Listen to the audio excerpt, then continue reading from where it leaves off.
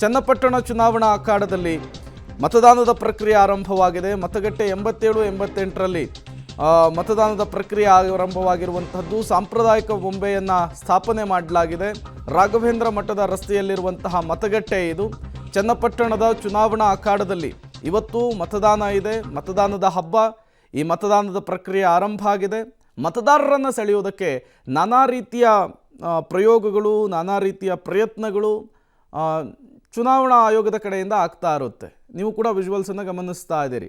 ಸಾಂಪ್ರದಾಯಿಕ ಬೊಂಬೆಗಳನ್ನು ಮತಗಟ್ಟೆಗಳಲ್ಲಿ ಸ್ಥಾಪನೆ ಮಾಡಲಾಗಿದೆ. ಹೆಚ್ಚಿನ ಮತದಾರರು ಬರಲಿ, ಮತದಾರರು ಅಟ್ರಾಕ್ಟ್ ಆಗಲಿ, ತಮ್ಮ ಹಕ್ಕನ್ನು ಚಲಾಯಿಸಲಿ ಅನ್ನುವಂತಹ ನಿಟ್ಟಿನಲ್ಲಿ ಈ ಯುವ ಮತದಾರರಿಗೆ ಬೇರೆ ರೀತಿಯ ವ್ಯವಸ್ಥೆ ಇರುತ್ತೆ. ಮಹಿಳೆಯರಿಗೋಸ್ಕರ ಪಿಂಕ್ ಮತಗಟ್ಟೆಗಳಿರುತ್ತೆ.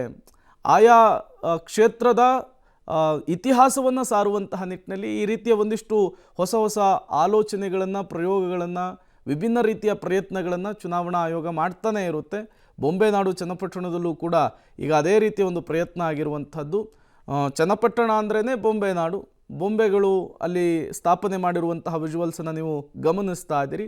ಆ ಕ್ಷೇತ್ರದ ಇತಿಹಾಸವನ್ನು ಸಾರುವಂತಹ ಮತಗಟ್ಟೆ ಇದಾಗಿರುವಂಥದ್ದು. ರಾಘವೇಂದ್ರ ಮಠದ ರಸ್ತೆಯಲ್ಲಿ ಈ ಮತಗಟ್ಟೆ ಇರುವಂಥದ್ದು.